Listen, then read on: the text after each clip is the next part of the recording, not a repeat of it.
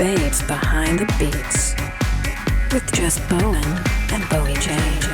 G'day. It is Bowie Jane with Jess Bowen for Babes Behind the Beats, and we have a very special guest today. It is Miss Reilly from Big Brother this season. You all know her. She's amazing, hilarious, funny, beautiful, and she's here with us. Welcome. Yay. Hello. Hi, Liz. I miss you both so much. I'm so excited we can do this today and we can chat.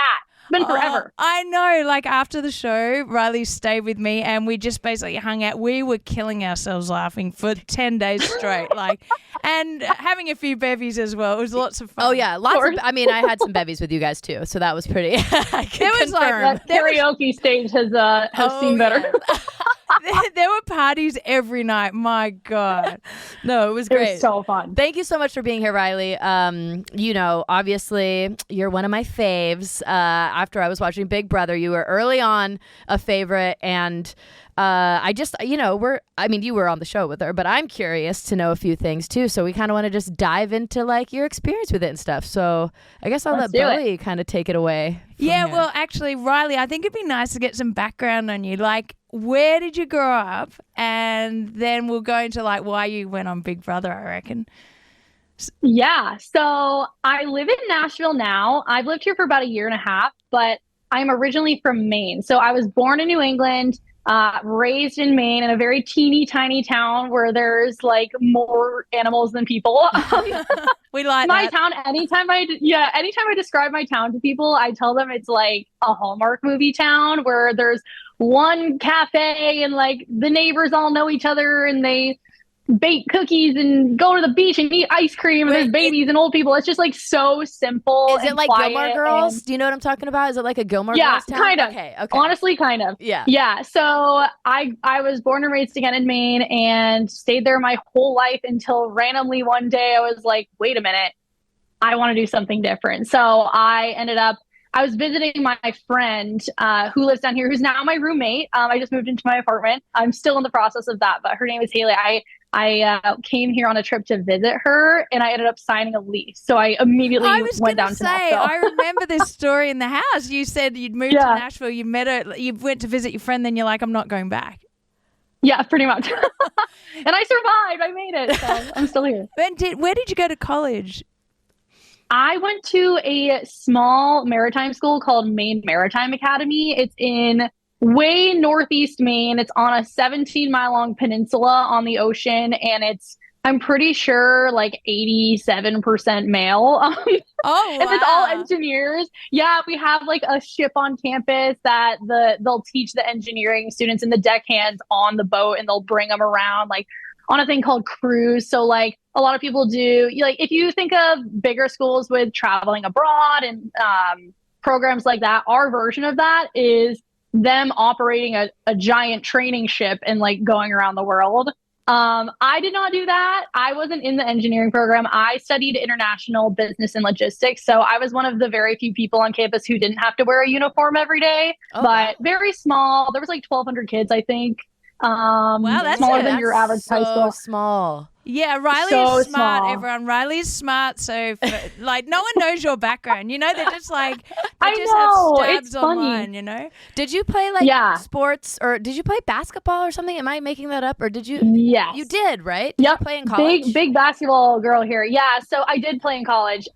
So growing up, I actually originally, my first sport ever was gymnastics, and I did that when I was a teeny tiny bopper. I was so small, and my mom was like, oh, I'm gonna put you in dance, and then she ended up putting me in basketball because my mom was a basketball player. Oh, your mom was not ballet. That's cool. So my mom was my coach growing up. She coached in the local rec league. So from the moment I could dribble a basketball, I played. And I did do soccer and track and stuff like that, but once I hit high school, it was just basketball, and I did AAU year round. So we traveled to other states and play in big tournaments and stuff. And then that led into me wanting to play in college. So basketball was literally my whole life until I stopped playing. I think my junior year I stopped playing, but I was just basketball, sports, go to practice, go home. I didn't ski at all yet. I didn't have a winter. It was very just sports oriented my whole life. So Yeah, that's awesome. Now, so you moved to Nashville, and then how long were you there before you applied for Big Brother? I was only there for probably I would say 3 or 4 months before Big Brother was even in the picture. Yeah. So I had just gotten there, and obviously it was one of those things where it's like, I come from such a safe, small little place where everyone knows everyone. And it's very I know I could drive somewhere blindfolded. Not really, but it felt like I could, and I arrived in Nashville and I was in that state of, what have I done? I've made a huge mistake. I'm here by myself. I had my friend, but ultimately I have myself. And I was just in this crazy state of, I don't know what I'm doing. Maybe I want to go back. I don't know anybody. I don't even know. I literally didn't even have a job before I moved. I just went. And I got one pretty quickly. I literally went up and down Broadway. Yeah, I mean, the bar you work at's one of the biggest bars. Yeah, so. I mean, I've been there. Yeah, I got so lucky. I mean, I got lucky, and I thank my lucky stars for it every day. But I was just in this state of confusion, and I was honestly depressed, and I was just I'm not doing the right thing. This was too spontaneous, whatever. And then I feel right when I was in that state is when Big Brother came into the picture, and I got a DM from a casting associate, and I obviously I grew up watching the show, so I'm is this real? I don't know. Is this just my phone? You know, when your phone listens to you and you all of a sudden have an ad for, I was oh, maybe it's the algorithm, And then I looked them up on LinkedIn and I was oh my gosh, this is real. And I texted my mom. I'm oh my God, what did I do? That's crazy. And so, so that it just kind of evolved from there. But it was in a state of, it was it happened when I was least expecting or needing anything. And it just boom.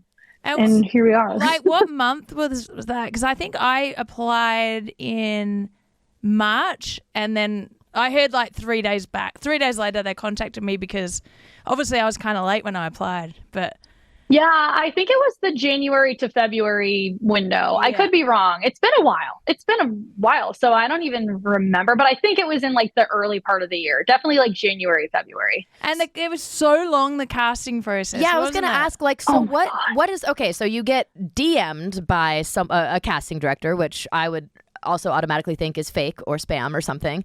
So then after that, you look it up, it's real. What happens? What is the next step to that? Do you just have phone calls? Can you tell us what the casting process is like?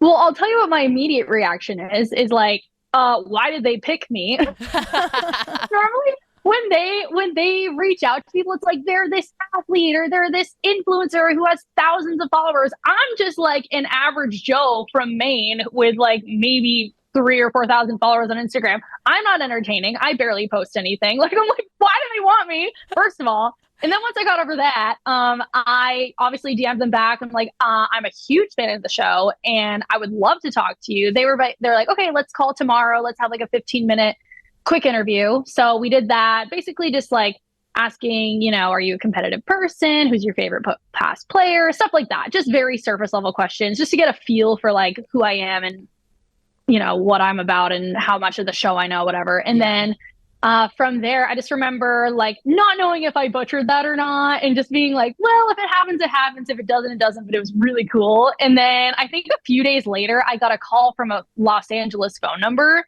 And unless it's a telemarketer, that just never happens to me. So I answered, and it was another person from casting, and they're okay, we're gonna. Oh, actually, you know what? I did submit a video too. Yeah. Okay. So after I had that okay, now it's coming. Sorry, it's fuzzy. It was literally a year ago. Yeah. So I got that DM, then the 15-minute phone call, and then they're okay, I'm gonna send this, in, but you should also apply online and do a video. So I did a video. Obviously, I talk so much that I had to shrink it. I literally bought one of those apps that you can shrink the video down so it fits the byte amount on the website. Oh my God, that's so funny. How long was your video? Because a lot of people question that. I think mine was, I thought mine was a minute and a half. I think it might have been 4 minutes or something. I was going to say mine, when I cut it down, was probably 6 minutes. I was just talking. I don't even know what I was doing. I literally don't even know what I had to say. I was going to say, how do you know what to do in the video? Are they hey, answer these questions in a video or nothing? They're just just make a video? Literally just a video telling us telling us about yourself. Like that is all I got really. Okay. And so I'm sitting there like, I'm all boys school and I don't even know what I said. And if I watch it back, I'd be really embarrassed. Like, I just want to delete it on the computer. But I did so many different ones too, because I'm like, oh, they're going to hate that I'm sitting there for hours on my computer. It's like 1 a.m. Yeah. But and then it you're was, like, then you just press send and you're like, whatever. Yeah. It is what it that's is. literally what my mindset was. I'm like, well, if it happens, it happens. If it doesn't, it doesn't. Because like, why on earth am I going to get my hopes up? There's no way in hell that Big Brother is going to want me. Like, that was my mindset. And it's a horrible mindset, but like, I don't want to work myself up, and just be sad, because I really wanted it. So I was like, it's fine, whatever. And then I got the call from Los Angeles, and it was another casting person. They're like, okay, we got your video. We saw your interview, whatever, or we heard your interview. Let's move forward. And then from there, it just moved forward, and it just kept, and Bowie, you can probably speak on this too. Like, it just kept getting more intense. And I was like, wait, it was like so much. And I don't know why I didn't think, like, just even like towards the end, signing releases and NDAs. And like, I kept it a secret for so long. I'm like, they're going to find me. They're watching me. I can't tell anybody. But don't you reckon, I thought, like, once I got through 3 interviews or whatever, I was like, well, looks like I got it. So, and then it's like 45 interviews later, you're like, wait, this is still going. You're like, do I have it? Do I actually have it? Because, that's crazy. Yeah, that it's I that know. many It interviews. just kept going. That's It was a lot. Because it was like, it was that first one, and then it was another one with that other casting producer that called, and then it was like, okay, you're going to meet these producers, and then you're going to do another one with these producers. And it was just like, at one point, I just remember a Zoom with like 8 people in it. I'm sitting there like, oh, I don't even know what to say. Wait, did you ever meet with them in person? No. At a certain point, or was all Zoom? It was all Zoom. All Zoom. Whoa. Which is, that's from COVID, but like, I guess, it's way better. I was like having my first gig at EDC, and that was my week of, when they do CBS and all that, and I was having like all these castings during the day. Oh, and the biggest gig of my life. Like, Oh my god, Yeah. it was stressful. so bad. Like, Stressful. and they're like, you I feel look like a bit that's the tired. thing, though. That's the thing. I feel like everything falls on the same weekend, or like anything big I have going on all happens on the same like couple days. That just happened to me last weekend. I went down to Florida with my friend for her little sister. We surprised her little sister for her cheer competition in Orlando. Yeah. And I didn't realize it was the same weekend I was moving out of my apartment. And I'm like, this would only happen to me. Why does everything happen on the same weekend? I was so stressed. No, when it rains, it pours. That's always what happens. And the whole Yeah, that's packing right. as well. Like, then once you get to the end, they don't tell you you're on, but you think probably I've got this far, I'm probably going to be on, so you got to pack. And then Yeah. and then they take your phone that's and you're horrible. gone. Yeah, and then your phone's Literally- gone, and then you're just like, okay, I've lost connection with everyone, and then they'll find out eventually it's because you're on that show. But damn, that's crazy. And then you're in that And they stupid literally hotel. call it. What was it? Then you're in the stupid hotel locked up for 2 weeks with no opening windows. 2 weeks before you It was go on? horrible. No, because 12 you do all days. the promo. My sequester was 12 days. Wow. And I remember there's probably still a mark on the window from my forehead, because every morning I would wake up and like I would look forward to my scrambled eggs and my fruit cup. That's like, because I loved when the when the handlers would like come to our room and take our order and stuff, because that's literally the only human interaction we had. We weren't allowed to obviously like leave the room or anything. So I got up. I didn't even know. Bowie, did you know that we could request music? I know we did movies, but did you know that we could? I think Mimi had music. I think Kirsten might have had music. So we just I had didn't know we could request. just a DVD player, and that's all we Yeah. could watch. And it was so I Whoa. watched 10 series of Friends. Like oh my god. Yeah. 5. I watched The Office, and I Yeah. watched 17 again, like probably 17 times. Yeah, I watched The Office as well. We were both Wow. swapping discs. That's insane. And so we're all in different rooms, and we obviously don't know who's in the other room. The only interactions we've got is with the handlers. So that's why that first day when we go in, we're all like a deer in headlights. Like, and we're competing on that first day. I guess that makes sense, because when I talk about the promo things, it's like you guys had your video, like your pictures and all, and whatever you took, but you would have been separated for all that, and then they kind of put it together as like a collage. Not or only whatever. that, they blindfold you. Oh my Going god! to to set. yeah. Yeah, I Oh forgot my about that until God. just then. They blindfold you going to set, and I get car sick, so I'm like trying to look at the ground through there with that. Wild. Yeah, So well, it was wild. funny because like I didn't know it was going to be that intense, because they even kind of like warn you in a way. They're like, yeah, we're gonna we call it a kidnapping. I didn't realize it was literally like a kidnapping. They literally come and they take your phone. This is how it goes. They give you your key. They surprise you. Because at that point, you think you're just like in the top 25. And like, they kind of frame it in a way where it's like, we're going to come send a crew to you. And, we're going to videotape you like one more time and make a final package and send it to the decision maker people. And then you're going to know. So like that reaction was genuine when I got my key. I was like, wait, what? I was wondering how. I was like, they have to know that they're going because there's a film crew being like I thought it was so like planned, but that's wild. I had no idea. That's crazy. And I kind of like, obviously in the back of my mind, again, the whole time my mindset was like, if you don't get it, you're going to be fine. Like, you're probably not going to get it. So don't work yourself up. But when when the crew came, I was like, okay, that would be really sick and twisted. They came to me and they made me feel special. And then they were like, yeah, you're fine.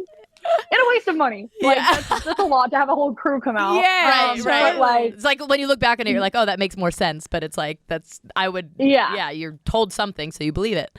But they literally take your phone and like, from that point forward, it's just you and your handler, and everything you do, they like have to be next to you. Like the whole flight to California, my flight was probably like 4 hours. I had no music, like nothing. Like it was literally just me silent on the plane. And like, and at that point, I had literally gone to the emergency room like before the crew got here. Yeah, like I had this weird tonsillitis thing, so I was dealing with that. I had to go. Did I tell you that, Bowie? I don't know when you told me, but I do know this. Yeah, like right before, of course, like I said, everything happens at once for me. When it rains, it pours. Like I'm so serious. I of course developed this like tonsillitis in my throat the night before I was supposed to film with them. They were coming to Nashville to like put the camera on me and everything. And I was like, oh, perfect. So I went to the ER at 3 a.m. My whole side of my face was swollen. My throat was closing. Yep. And I was like, again, I'm like, they're watching me. So the doctors are like, okay, like you're going to be here for a little bit. We have to put obviously like IVs in you and give you a scan and whatever. And I'm like, okay, but can I be done by 7 a.m. because I have work? Oh my God. They're like, well, can you call out? I'm like, actually, I really can't. This is the one time I really just can't. I went straight from the ER to where we were filming. They filmed at my work. I went from the ER. I stayed up all night and I went right there. So like when I was on the plane, my throat hurt and I'm like, it's dark and they're blindfolding me. And I'm like, oh my God, I'm really getting kidnapped. This is like the worst day ever. That's insane. And then how about the first, like when we went into the house for the first time, we went in blocks of 4. I can't remember who you went in. I can't remember who I went in with, to be honest. I don't know. But I went in with Kirsten. But it's like the exhilaration that I've never felt adrenaline like that before. And I've been on stage a million times. Like it was so intense. And they probably do that on purpose, right? They want you to feel so like you were, like by yourself for so long with your own thought, everything. And then you're like, finally, like people and something to do. And then you've got to compete.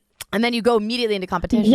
Yeah, wait. So I want to kind of dive into like, Reilly, like what was your, like going into Big Brother then, like what was your strategy for, like, did you have one going into it, or were you kind of like, or were you thinking like, I'll just figure it out as I go? Like, honestly, I have learned in my life that every time that I have a plan, it usually goes sideways. So I try not to plan so much. I'm pretty sure I told them about the diary room. They're like, what's your strategy? I'm like, I do not know, because every time I have one, it doesn't ever work out that way. So, but I mean, originally, obviously, I'm like, okay, I'm not gonna, win so much at first. And I want my social game to take over. I just want to be friends with everyone and make them really like me. And then eventually when I have to start winning, I'll win. And then of course I saw a balance beam and I'm like, well, shit, here I go. I gotta win. No, I started, when I knew it was a balance beam, I started telling everyone, I've got terrible balance, everyone, which I do, but I really hammed it up. And then I was like on the balance beam trying not to win. And I was like, fuck, I think I'm going too fast, because the buzzer hadn't gone yet. And then I was like, then the buzzer went and I went, oh no. I'm just like so competitive, and it pisses me off sometimes that I'm so competitive. Like literally yesterday I was at the gas station, and I think I posted this on my Instagram because I was like, does anyone else do this, or am I just like literally sick in the head? Like I go to the gas station, I put the gas pump on and I let it pump, and I'm sprinting, like cleaning my car, and I have to beat the gas pump before it takes me. I did and I get see this.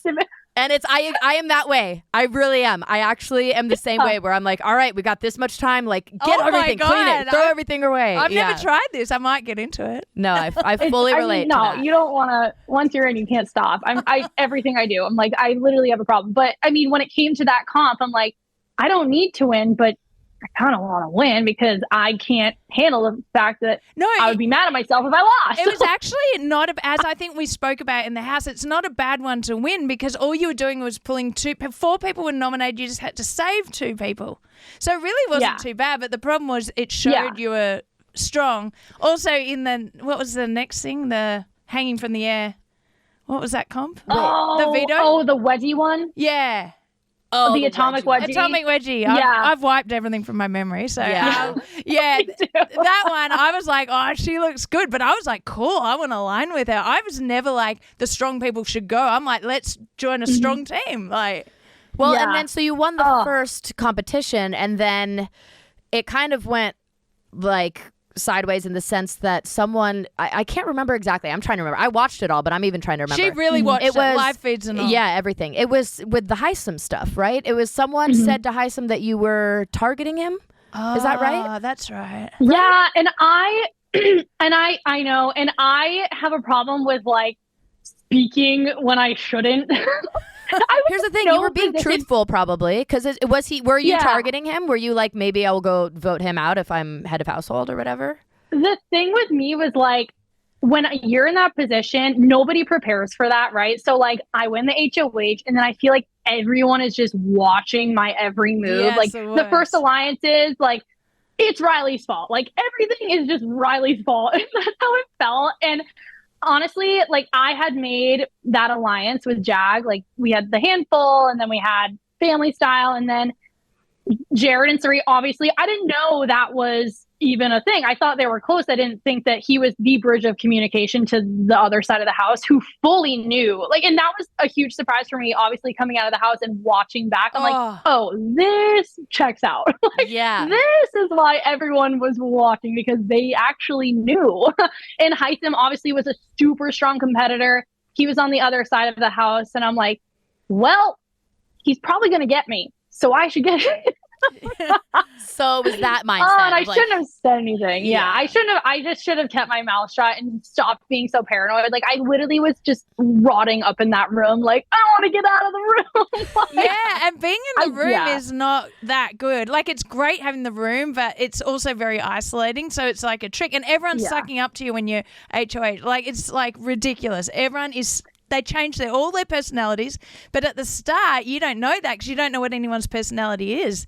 But I was like watching people who'd been rude to me suddenly be seriously nice to me, and I was like, boo. Yeah, it's definitely hard. I remember winning that first HOH, and then from that point until literally 4 a.m, it felt like it was just one-on-one. It felt like I was the Bachelorette. It was like a cocktail party, and everyone's like, I just kept hearing ding dong. You have a minute to chat. Ding dong. You have a minute to chat. Like, I actually haven't had a minute to like pee. You know? Yeah. But also, it's like you're in a position where it's like, I'm really tired and I'm stressed out, but I can't say no because then people aren't going to like me. It's totally a social game. Like it's a social experience. Like social game starts now, and your impression you make on people, especially as the first HOH, like that is going to be how people, it's going to be very hard for people to change their view on you. So I'm like trying my best to just like remember every detail of every conversation. In my heart, I'm like, I want to be aligned with everybody. Like everyone's so awesome. And I don't know how to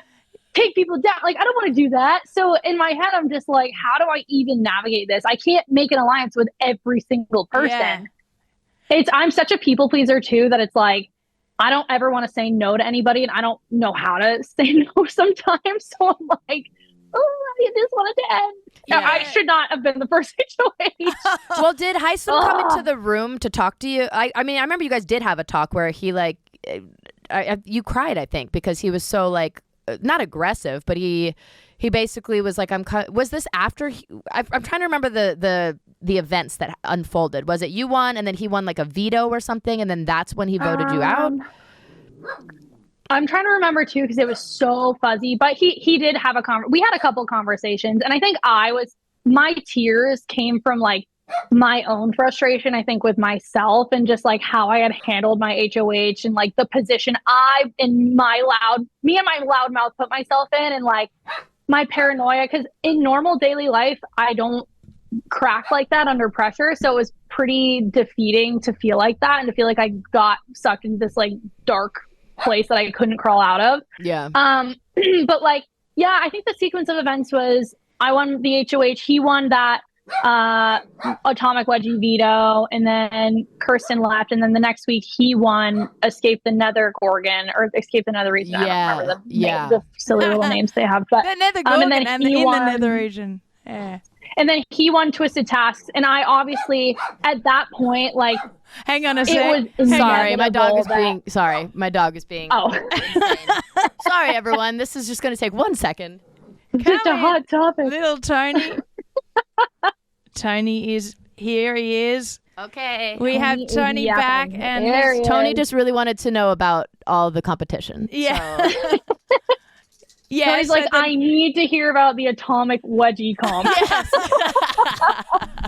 Oh, the Nether Gorgon one. I also had to work out how to throw that because I accidentally kept getting through rounds with that one. You did well on that one. I was remember. like, shit. Always like remember. everything I did was an accident. I actually didn't mean to be in the final three. I was like, I'm trying to lose everything.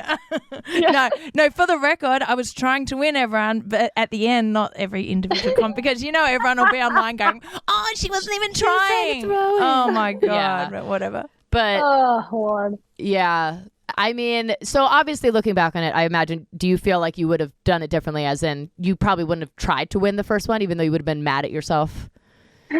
Yeah, I think that I have had so much time, and being the second boot, which is embarrassing in itself, I'm also the most critical person of myself in the whole world. Like, there could be thousands of people on the internet that are saying this and that, and she sucks, and she's a whatever, second boot, but I'm actually worse to myself. So what I do when I mess up, I go back and I dissect it. Like, I was on the live feeds. Like, once I left the house, first of all, I didn't even go back to Nashville. I flew to Maine and I laid on my mother's couch. This is so embarrassing, but I was literally in the fetal position to the point where like I had made a dent in the couch because I wouldn't leave the couch. I was sitting there on the live feeds, bawling my eyes out every day. Like, Oh my god! because not only are you dealing with like, I mean, it's so crazy because it's like, oh, she's so dramatic, but it's like, it's not a game. It's like so personal. It and really is. I just cared so much, and I'm so sensitive to the point where it's like, oh, I was just more mad at myself. I wasn't mad at anyone else. I was mad at myself, and I just saw myself doing way better. It's like you invest so much time. Like I said, the casting process is months and months and months, and you're holding the secret, and you're like preparing,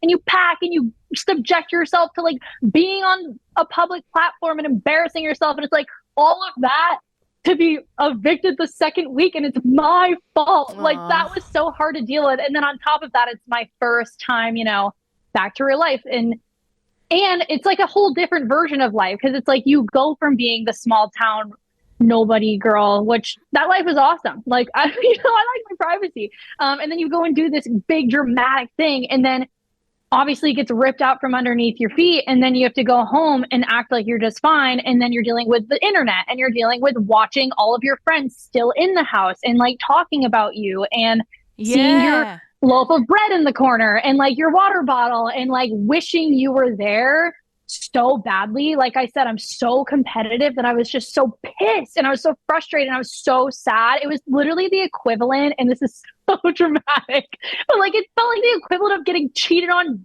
dumped, and like ghosted. Like, that's how it felt. That's like how I was much just like, it hurt. oh. But being able to watch the so- person you ghosted by, yeah, it's full on. Like, because I haven't watched it, I don't want to put myself through it. So I'm interested to know that you thought that was a good idea to watch the live feeds. But I guess Horrible. I mean, I don't suggest it. Oh, Wait. you don't want to see it. My friend I'm not showed gonna me watch how it. to go back in the live feeds too. Like, he showed me how to like go see everything. So not only did I watch the live feeds, like the current live feeds, like that day, I was sitting there looking back to my eviction week and hearing all the things people were saying about me, and like, Yeah. oh, it's Oh, awful. no. Just sitting there just like torturing myself. And I'm so sensitive that that hurt me. and Yeah. That hurt really bad. people were nasty in a like at me and at you in that eviction week. They were nasty about you in ways that, like, they're saying that, oh, you're just a pretty girl, whatever, to me. And I'm like, well, what's that got to do with it? Like, she's Why is that? Why something that you hold against her? why are you judging her because she's pretty? We hate like, her. dude, like, you sound like you've got a chip on your shoulder. I was like, you got a chip on your shoulder. It was weird. It was definitely weird because I feel like we as humans are designed to like not hear every conversation that happens behind our back. But I had the luxury of going onto my computer and being able to see every single conversation that ever happened in that house while I was there. And that, I did it to myself, obviously, but it definitely hurts to see. Like, nobody ever, and even Big Brother aside, nobody ever wants to like hear people talk negatively about them, right? Like, that just hurts in general, just on a human level. And I feel like everyone talks shit, right? But like in a game where it's just supposed to be about the game, I definitely like looked back and I was like, oh, that's too bad. Yeah. I don't hold a grudge, but like I was definitely like, that's hard. yucky to hear. Really hard. This is people who know they're on TV and they're behaving like that. They're bullying on TV. Now, what are they like? What are they like in real life? These people. That's what I want to know. I was frustrated with the bullying for sure because it was happening. Like I said to you when I was watching, I got really protective of you, but I saw it even with you, with a lot of people. It's just there was a lot of people just have. I don't know. There were certain people, I guess, that had that tendency to just be a bully, Yeah. And the beautiful thing is like, and looking back, I'm like, oh, I was really mad. And like, even during the season, like, not even mad, but I'm just like, oh, that's really disappointing. And my feelings are hurt. But I also am one of those people who tries to give everyone the benefit of the doubt too. Like, I think we're in a house and it's like, we're all mentally like, we didn't even have human interaction for 2 weeks. And then we go in there and it's all of a sudden the Hunger Games and we were just trying to survive. And like nasty parts of people kind of come out, like, because you're just put in this situation. It's not to say that there's an excuse to ever like, talk about people like that or anything, but it is a lot of pressure. And, I definitely I self-reflect a lot. I'm like, I look back on moments where I have been a nasty beyond not because I'm like that person, but I'm just like, oh, like I'm just so stressed out and like I'm not myself, and then I calm down. I'm like, oh, I shouldn't have said that. Like there's just things that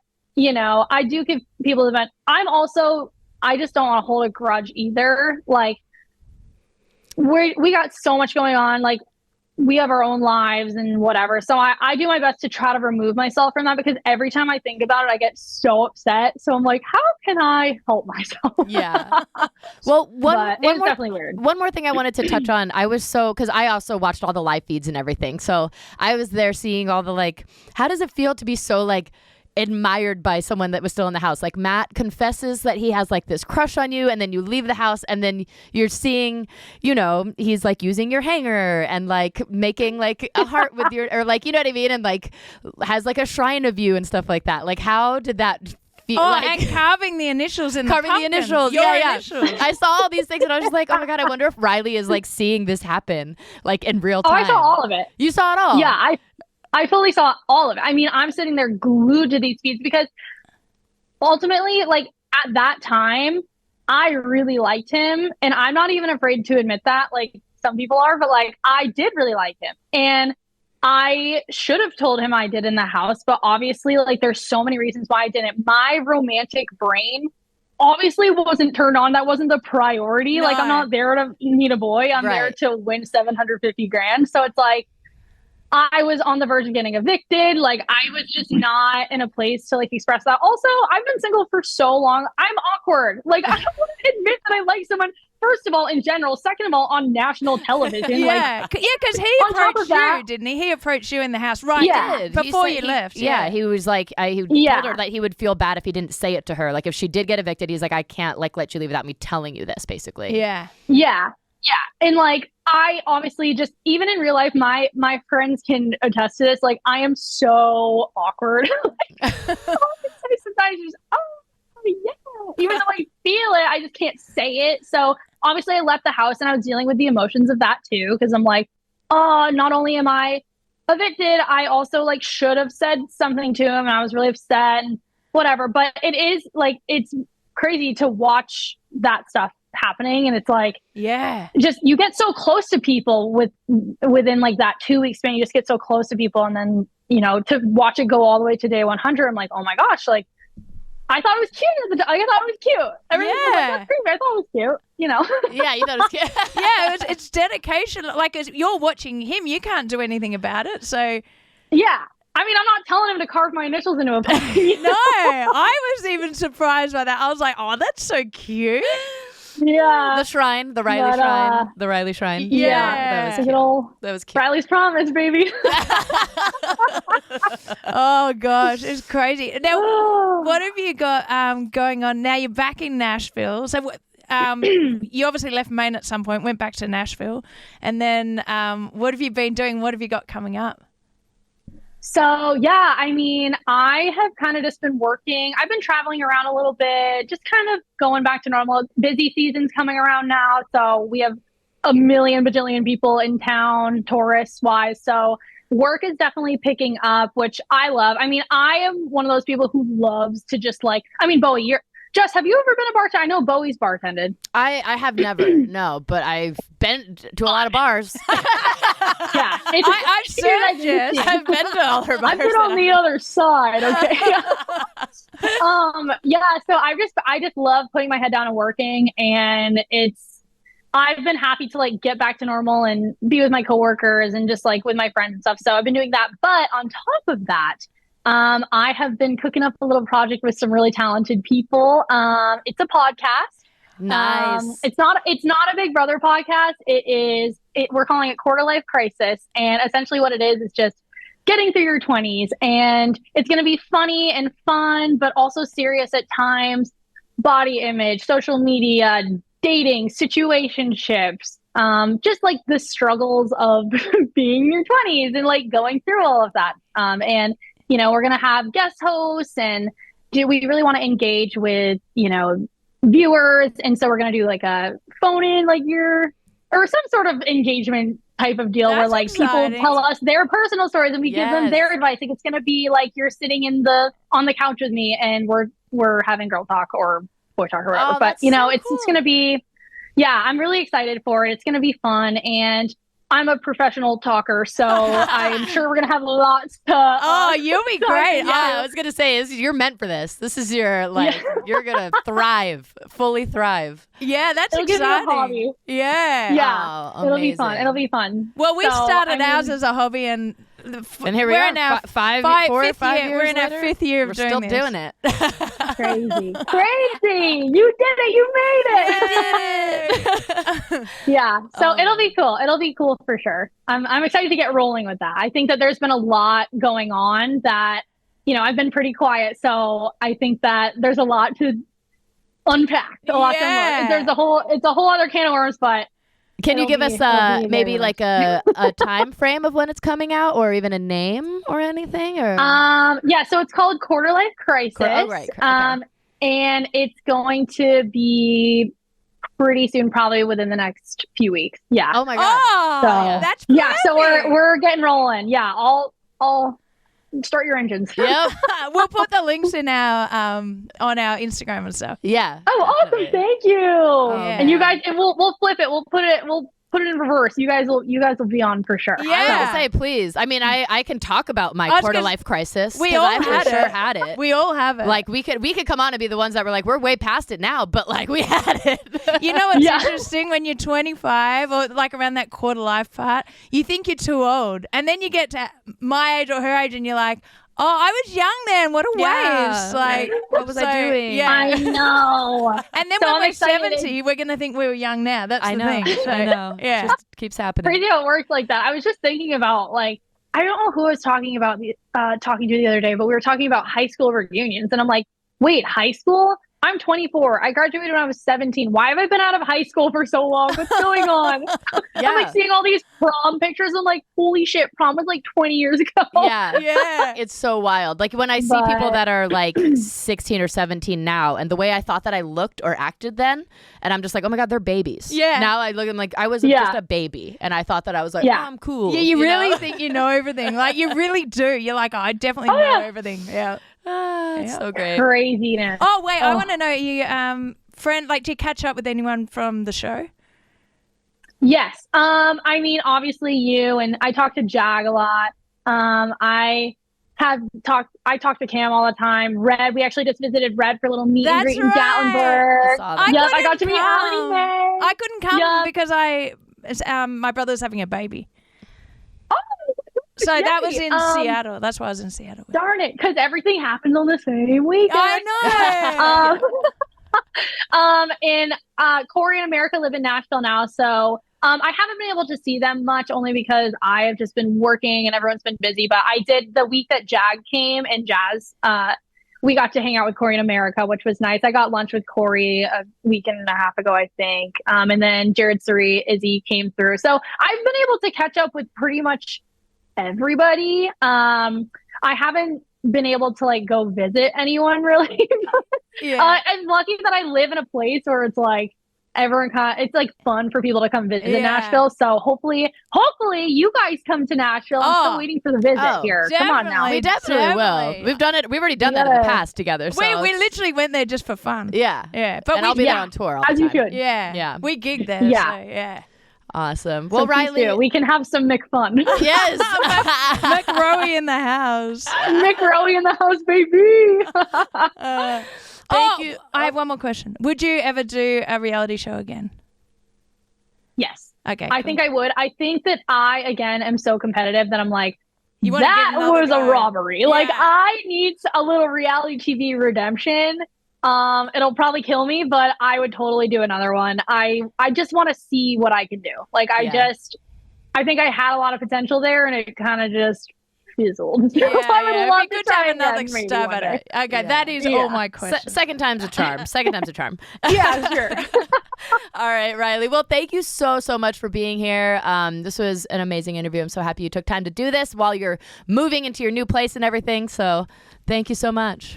And I wouldn't miss it for a thing. I love you guys. Love you. Thank you so much, Reilly. And also, if you are enjoying this podcast, make sure you subscribe, like, comment, all that kind of stuff. It really helps us. So we're Babes Behind the Beats, and we'll see you soon.